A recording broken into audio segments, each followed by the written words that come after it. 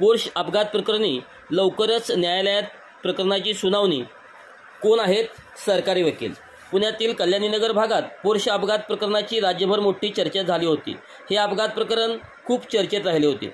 कल्याणीनगर रस्त्यावर पोर्श कारने धडक दिल्याने 2 IT अभियंता तरुणांचा जागीच मृत्यू झाला होता.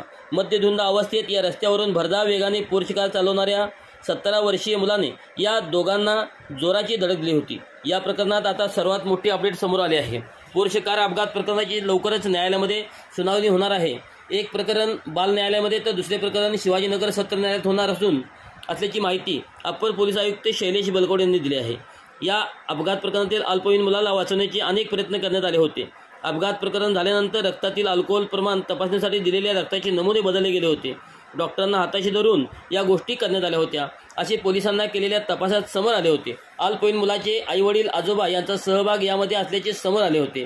आरोपीला वाचवण्याचा प्रयत्न केल्याप्रकरणी डॉक्टरांनाही अटक करण्यात आली होती. यंत्रणांना हाताशी धरून घरच्या व्यक्तींनी पुरावे बदलण्यासाठी बराच आर्थिक व्यवहारही केल्याचे पोलीस तपासात समोर आले होते. या प्रकरणात आरोपपत्र दाखल झाल्यानंतर लवकरच सत्र न्यायालयातील खटल्याची सुनावणी होणार आहे. यामध्ये विशेष सरकारी वकील म्हणून शिशिर हिरे हे असणार आहेत. प्रकरण काय होते? पुण्यातील बांधकाम व्यावसायिकाच्या 17 वर्षीय अल्पवयीन मुलाने दारूच्या नशेत पोर्श कारने कल्याणीनगर भागात 2 ITत काम करणाऱ्या अनिश अवधिया वय वर्षे 27 वर्षे आणि अश्विनी कोष्टा यांना जोराची धडक दिली होती. हा अपघात इतका भयानक होता की दोघेही हवेत उडून रस्त्यावर पडून त्यांचा जागीच मृत्यू झाला. या घटनेचा थरकाप उडवणारा व्हिडिओ देखील सोशल मीडियावर प्रचंड व्हायरल झाला होता. या घटनेनंतर स्थानिकांनी आरोपीला चांगलाच चोप दिला. यानंतर अल्पवयीन आरोपीला पोलिसांनी ताब्यात घेतले.